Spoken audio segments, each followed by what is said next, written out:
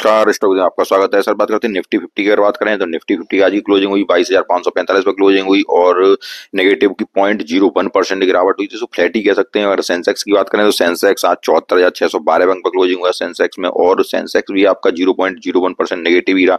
उसके बाद अगर बैंक निफ्टी की बात की जाए तो बैंक निफ्टी 48,743 पर क्लोजिंग दी है और 135.45 अंक की बढ़ोतरी और 0.28% तक की बढ़ोतरी उसमें रही है। अगर एफआईआई डीआई की डाटा की बात करते हैं तो डाटा देखते हैं तो आज के दिन का एफआईआई डाटा अगर देखा जाए तो आज के दिन एफआई की तरफ से फिर से गिरावट, फिर से नेगेटिविटी ही रही और फिर से सेलिंग ही रही। 555.56 करोड़ की सेलिंग रही और डीआई की तरफ से वहीं पॉजिटिविटी रही और 1727 करोड़ की बाइंग रही है डीआई की तरफ से। अगर आगे बात करते हैं तो कुछ प्रमुख स्टॉक्स की न्यूज देखते हैं, कौन कौन से स्टॉक्स की आज के दिन की प्रमुख न्यूज है उसको देखते हैं। हम बात करते हैं कुछ प्रमुख स्टॉक्स के संबंध में, बात करते हैं जो प्रमुख स्टॉक्स होंगे आज के दिन की जिनके लिए न्यूज है और उनको ही उनके बारे में ही बात करेंगे। और आप चाहें तो और स्टॉक्स को देख सकते हैं। सबसे पहले हम दिलीप बिल्डकॉन की बात करते हैं। अगर दिलीप बिल्डकॉन की बात की जाए तो इसको डाउनग्रेड दिया गया है दिलीप बिल्डकॉन को, और जियोजित फाइनेंशियल ने डाउनग्रेड देके दिलीप बिल्डकॉन में 385 तक का टारगेट भी दे दिया है। उसके बाद अगर और कुछ स्टॉक्स की बात करते हैं तो यहाँ कुछ प्रमुख स्टॉक्स में अगर न्यूज देखें तो आईटीसी में एक ब्लॉक डील हुई, वो ब्लॉक डील जो हुई 123.9 करोड़ की ब्लॉक डील हुई आईटीसी के अंदर। उसके बाद अगर टीटागढ़ रेल सिस्टम की बात करें तो टीटागढ़ को भी ये देखो टारगेट डाउनग्रेड का ही दिया गया टीटागढ़ को भी, और 1090 का टारगेट टीटागढ़ को दिया गया है। ठीक है सर। उसके बाद स्पाइस जेट की बात करें तो स्पाइस जेट को अगर देखें, हाँ सर एक बात और है, मेरी तरफ से कोई भी बाइंग सेलिंग की रिकमेंडेशन नहीं है। केवल ये जो टारगेट या डाउनग्रेड या जो दिए गए ये देखो रिपोर्ट्स के आधार पर ही दिए गए हैं और ये मॉर्गन स्टैनली के द्वारा दिया गया है। ठीक है सर। ओवरवेट इसको कहा गया है और कालोन Titagarh rail cuts the target price to 1090। ठीक है सर। मेरी तरफ से कोई भी टारगेट इसमें नहीं दिया जा रहा है।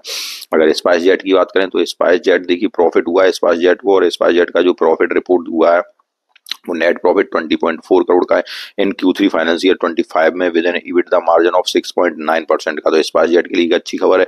उसके बाद अगर अन्य स्टॉक लेमन ट्री होटल को देखते हैं तो लेमन ट्री होटल कल मैंने अपने वीडियो में भी कवर किया था। लेमन ट्री होटल को एक लगातार लेमन ट्री होटल लगातार होटल की चेन्स खोलता चला जा रहा है। और अगर यहाँ देखें तो Lemon Tree hotel sign an agreement to launch 50 room resort in Maharashtra वाइड फाइनेंशियल 28 तक का ये महाराष्ट्र में एक होटल खोलने जा रहा है लेमन ट्री भी। ठीक है। उसके आगे बात करते हैं तो कुछ प्रमुख स्टॉक्स की अगर बात करें तो जेडएफ कमर्शियल स्टॉक्स की बात करें तो इसको एक एनालिस्ट बाई की रेटिंग दे रहे हैं और BNB Geojit retains buy call on ZF commercial aspect revenue. इसका revenue CAGR of 17.5% over the financial 25 से 27% तक बता रहे हैं कि ये 17% के CAGR से बढ़ेगा। ठीक है। उसके बाद आज अगर प्रमुख स्टॉक्स अगर बात करूं तो बात करते हैं KEI इंडस्ट्री हुआ, चाहे हुआ आपका दूसरा स्टॉक पॉलीकैब हुआ। ठीक है सर। चाहे और भी स्टॉक्स हुए जिनमें आज के दिन एक बैंकर गिरावट देखने को मिली। और गिरावट का मैं अगर रीजन बताऊं तो आप ये देखिए गिरावट का केवल रीजन ये है कि अल्ट्राटेक सीमेंट ने एक अनाउंस कर दिया कि वो 1800 करोड़ कैपेक्स करेंगे। कहां पर? केवल एंड वायर इंडस्ट्रीज में। तो ये सर इंडियन मार्केट है जिसमें आप ये देखिए कि केवल एक कंपनी केवल एक अनाउंसमेंट करती है कि अल्ट्राटेक सीमेंट कंपनी है, केवल एक अनाउंसमेंट कर रही है कि हम इतना करोड़ कैपेक्स करेंगे केवल और वायर में। इसी वजह से पैनिक आप देखिएगा कि KEI इंडस्ट्री जैसा शेयर, पॉलीकैब जैसा शेयर या अन्य केबल के जो शेयर हैं वो 18 10 12% तक नीचे आ गए। अब ये आप देखिए इसी प्रकार से ये निफ्टी लगातार, मार्केट भी लगातार इसी केवल एक डर की वजह से ही मार्केट भी लगातार नीचे चला जाता जा रहा है। तो कोई खास रीजन नहीं है। केवल रीजन क्या है कि एक अल्ट्राटेक, अब अल्ट्राटेक का ये पता नहीं है कि अल्ट्राटेक ये जो 1800 करोड़ हैं ये कैपेक्स करने का केवल प्लान बनाया है। अभी तक केवल ये घोषणा हुई है और घोषणा के बाद ही जब ऐसे शेयर गिरते हैं तो इन शेयरों में आपको डरने या घबराने की बात नहीं होती है। मैं केवल ये कहना चाह रहा हूँ कि केवल एक न्यूज आई और न्यूज के बेस पे स्टॉक गिर गया, और न्यूज भी क्या आई कि हम कैपेक्स करेंगे, केवल उसी बेस पे गिर गए।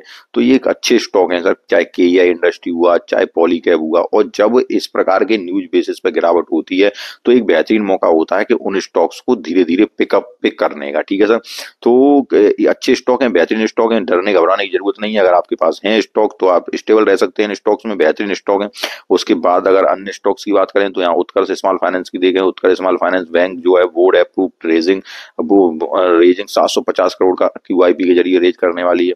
उसके बाद अगर और पॉलीकैब की देखें तो पॉलीकैब जैसे मैंने आपको बताया केवल इसी वजह से पॉलीकैब भी गिरा जो अभी मैंने बात की। उसके बाद अब बात करते हैं नोवामा वेल्थ की। तो नोवामा वेल्थ ने, ये देखो प्रमोटर ने माल सेल किया है और ये जो है वैल्यू लगभग $1.2 बिलियन की, ठीक है सर। इसमें कंसिडर सेलिंग लगभग 54% का स्टेक जो है वो सेल हुआ है, ठीक है सर। उसके बाद अन्य स्टॉक्स की बात करें तो अन्य स्टॉक एसआरएफ को बाइंग की रेडी दे रहा है, जिसमें कि बताया गया है टारगेट प्राइस ₹3250 की बाइंग की प्राइस दे रहा है। उसके बाद अगर मस्टैक की बात करते हैं तो मस्टैक ने 85 करोड़ एमएन का एक contract from A UK public service department of 2 years of tax service के। उसके बाद अन्य स्टॉक्स की बात करते हैं तो यहाँ एक अन्य रेल टेल कारपोरेशन को देखते हैं। अगर रेल टेल कारपोरेशन को देखें, हाँ उससे पहले अगर आपके पास कोई स्टॉक हो जिसमें सीजीएल स्टॉक है तो इसके लिए भी न्यूज है, जिसमें 1701 करोड़ का order for a 4 lane greenfield Amritsar project में। उसके बाद रेलटेल कॉर्पोरेशन की बात करें तो रेलटेल कॉर्पोरेशन को देखें तो RailTel corporation consumption bags to 2 order. RailTel corporation देखो एक ऑर्डर मिला 168.1 करोड़ का एक ऑर्डर मिला। उसके बाद पेटीएम की बात करते हैं तो पेटीएम एक फेवरेट शेयर है जिसमें पार्टनरशिप कर रहा है। पेटीएम पार्टनरशिप किससे कर रहा है? Perplex to add AI search enabling real time insights in its app, ठीक है सर। तो ये अच्छी खबर हो सकती है पेटीएम के लिए। उसके बाद अब मुख्य शेयर की बात करते हैं तो बरोड़ा बेवरेज की बात करते हैं। एक बेहतरीन शेयर है बरोड़ा बेवरेज, लेकिन क्या हो रहा है कि लगातार स्टॉक्स में गिरावट हो रही है। अब क्या है कि जो एक्वाजिशन के लिए जो खबर थी उस वजह से भी स्टॉक गिर रहा है। अब केवल ये है कि एक्वाजिशन को वो थोड़ा डिले किया है। अब एक्वाजिशन किसमें? एसवीसी बेवरेज घाना में और तंजानिया में जो इन्होंने एक्वाजिशन किए थे बड़ो बेवरेज ने, उसमें उन्होंने डेट को 31 मार्च कर दिया है, जो कि 28 फरवरी की डेट थी, ठीक है 28 फरवरी की डेट थी, उसको बढ़ाकर उन्होंने 31 मार्च कर दिया है। इस वजह से बड़ो बेवरेज जैसे शेयर में भी गिरावट चल रही है। उसके बाद यहाँ अगर हम देखते हैं कुछ स्टॉक्स की तो जिसमें कि प्रेस्टीज स्टेट को देखें तो income tax department conduct search Prestige registered office, तो ये इसके लिए एक नेगेटिव खबर हो सकती है प्रेस्टीज स्टेट के जो धारक है उनके लिए। उसके बाद यहाँ अगर ग्लेन फार्मा की देखते हैं तो ग्लेन फार्मा लॉन्चेज एक जो इंजेक्शन लॉन्चेज किया है यूएसपी मल्टीपल डोज के लिए, तो एक नया प्रोडक्ट लॉन्च किया है इसने। उसके बाद यहाँ अगर जुपिटर वेगन की बात करें तो जुपिटर वेगन ने एक ऑर्डर जीता और जो ऑर्डर है 255 करोड़ का ऑर्डर है। सर एक बात और मैं आपसे कहना चाहूंगा, रेलवे के स्टॉक जितने भी हैं लगातार कंपनियों को ऑर्डर मिल रहे हैं, लगातार कंपनियों को ऑर्डर मिल रहा है। अब काफी लोग मैसेज करते हैं कि सर ये रेलवे के स्टॉक्स क्या पुनः उसी रेंज पे आ पाएंगे जहां से ये गिर रहे हैं? तो सर इन स्टॉक्स, ये फ्यूचरिस्टिक्स स्टॉक हैं, चाहे रेलवे हुआ, चाहे डिफेंस हुआ, चाहे ग्रीन एनर्जी हुआ, ये फ्यूचर स्टॉक है, ठीक है। ग्रीन एनर्जी, ईवी, तो इन स्टॉकों में मार्केट, जैसा मैंने अभी आपको बताया कि मार्केट केवल एक न्यूज बेस पे गिर रहा है, गिरते चले जाते हैं, जैसे कि पॉलीकैब वगैरह हुआ, ये पॉलीकैब वगैरह, तो ये जो मार्केट गिर रहा है या कोई शेयर, वो तो शेयर एक पर्टिकुलर शेयर है, अगर मार्केट भी गिर रहा है तो इसमें भी आपको डरने या घबराने की जरूरत नहीं है। मार्केट भी गिर रहा है जो इसी वजह से गिर रहा है कि रेसिप्रोकल टैक्स, कितना ट्रम्प टैरिफ लगाएंगे, क्या क्या टैरिफ लग सकते हैं, इस वजह से मार्केट भी गिर रहा है, ठीक है सर। तो अब ये पता चलेगा जब जब वाशिंगटन में मीटिंग होगी और मीटिंग के बाद अप्रैल में जब ये सारे आंकड़े प्रस्तुत हो जाएंगे और लगभग ये अप्रैल के बाद या 3-4 महीने के बाद ये जब सारी स्थिति क्लियर हो जाएगी किस पे कितना टैक्स लगना है, उसके बाद ही मार्केट में पुनः रिकवरी की आने की संभावना है। इसलिए मार्केट नीचे आ रहा है तो इसमें आपको डरने या घबराने की जरूरत नहीं है। हाँ अगर आपके पास पैसा नहीं है तो शांति से आप बैठिए, पोर्टफोलियो को देखो ही मत, बस इससे ज्यादा कुछ नहीं हो सकता, क्योंकि ये आपका ही पोर्टफोलियो नहीं, सभी के पोर्टफोलियो अभी नेगेटिव ही चल रहे हैं। तो अगर आप इस सिचुएशन से अगर आप हैंडल करते हो तो एक लॉन्ग टर्म इन्वेस्टर के लिए इस सिचुएशन को हैंडल करने में कोई ज्यादा दिक्कत नहीं होनी चाहिए। हाँ जो लोग थोड़े समय के लिए मार्केट में आते हैं, जो ट्रेडिंग पर्पज से आते हैं, तो उनको प्रॉब्लम हो सकती है, लेकिन एक लॉन्ग टर्म इन्वेस्टर को कोई भी प्रॉब्लम नहीं हो सकती। एक आगे आपको मैं डाटा दिखाता हूँ, उसके बाद हम बात करते हैं। मैं काफी स्टॉक से बात की, अब देखते हैं अडानी ग्रीन एनर्जी को देखें तो एक ऑर्डर विन हुआ अडानी यूपीसीएल ऑर्डर ऑफ 1250। उसके बाद पंप्ड हाइड्रो एनर्जी स्टोरेज का, ठीक है। उसके बाद अब और बात करते हैं तो श्रीराम फाइनेंस की बात करते हैं। श्रीराम फाइनेंस की बात करें तो जेफरी ने एक बाई रेटिंग दी है श्रीराम फाइनेंस पे और लगभग 70% की सीएजीआर से 25 से 27 तक बढ़ने की संभावना है इसको, श्रीराम फाइनेंस को। तो इस स्टॉक पे आप नजर रख सकते हैं, श्रीराम फाइनेंस पे। उसके बाद अगर कॉफर, ये तो फिर कल की न्यूज आ गई, लेकिन जो आज की जो प्रमुख न्यूज थी मैंने आपको सारी कुछ बताई और ये श्रीराम फाइनेंस की भी कल की ही न्यूज है, ठीक है सर।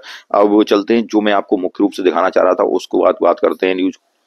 अब एक और लेटेस्ट न्यूज की बात करें तो अभी अभी न्यूज आई है कि ट्रंप ने टैक्स को लेकर बड़ा ऐलान किया, दुनिया भर पर इसका असर दिखेगा। उसमें क्या है कि लगभग जो इन्होंने 1 महीने के लिए जो टाल दिया था टैक्स को, जो उसको वो फिर से लगाने जा रहे हैं अमेरिकी राष्ट्रपति। ट्रंप ने टैक्स को लेकर बड़ा बयान दिया, उनका दुनिया भर पर असर पड़ने की संभावना है। उसको देखेगा तो ट्रंप ने कहा है 4 मार्च से कनाडा, चीन और मैक्सिको पर टैरिफ लगेगा। इससे पहले अमेरिकी राष्ट्रपति ने 3 फरवरी से कनाडा और मैक्सिको टैरिफ लगाने के प्लान को लगभग 1 महीने के लिए टाल दिया था। ठीक है सर, अब इससे भी मार्केट पर कुछ असर फिर से पड़ सकता है और मार्केट में तो गिरावट लगातार जारी हो रही है और मार्केट में और भी गिरावट गहरा सकती है। ठीक है सर, ट्रंप ने कहा कि अमेरिका, कनाडा और मैक्सिको इंपोर्ट पर 25% का टैक्स लगाएगा। इसके साथ ही चीन पर भी 10% का अतिरिक्त टैक्स लगाया जाएगा। इसके साथ ही ट्रंप ने कहा कि 2 अप्रैल से रेसिप्रोकल टैरिफ पूरी तरह से लागू हो जाएगा। अब यहाँ से मार्केट जो लगातार मार्केट का सेंटीमेंट लगातार जो नेगेटिव दिखाई दे रहा है, इस खबर के बाद फिर से नेगेटिव दिखाई दे सकता है। और अगर हाँ मार्केट अगर 25 जो 500 के 22,500 पे जो टिका हुआ है, अगर इस आंकड़े को तोड़ता है तो फिर और भी नीचे गिरावट मार्केट में आ सकती है। तो देखते हैं कि मार्केट में इस न्यूज का कितना असर होता है। उसके बाद अगर कुछ और प्रमुख न्यूज की बात की, अब इन सबके बीच आपको एक राहत भरी में बात दिखाता हूँ जो कि एनालिस्ट की है कि ये देखिए 20% जो बाजार टूटा है, क्या इससे पहले भी ऐसा हुआ है? तो यहाँ अगर आप देखें तो ये देखिए पिछले 30 सालों में भारतीय बाजारों ने 8 बड़ी बड़ी गिरावटें देखी हैं। जो अभी की गिरावट हो रही है इससे भी आपको डरने या घबराने की जरूरत नहीं है। निफ्टी या बाजार हमेशा ऊपर की तरफ ही जाएगा। ठीक है, बाजार हमेशा ऊपर की तरफ जाएगा। और अगर आपने अच्छे स्टॉक ले लिए हैं, ठीक है, तो अगर आपने अच्छे स्टॉक लिए हैं तो आपको डरने या घबराने की जरूरत नहीं है। यहाँ अगर देखें तो यहाँ पे आप देखिएगा कि सबसे पहले 2008 का बात करते हैं। 2008 में एक क्रैश हुआ, जबरदस्त क्रैश हुआ 2008 में।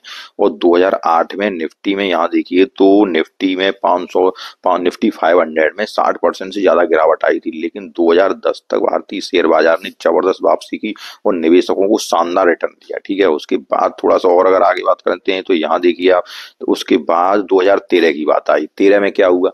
13 में अगर देखा जाए तो अमेरिका के टेम्पर टेट्रम ब्याज दरों में बदलाव की आशंका। ठीक है, वहां के बाद बाजार गिरा और 1 साल में संभल गया। कब संभला सर? वहां 1 साल में संभल गया।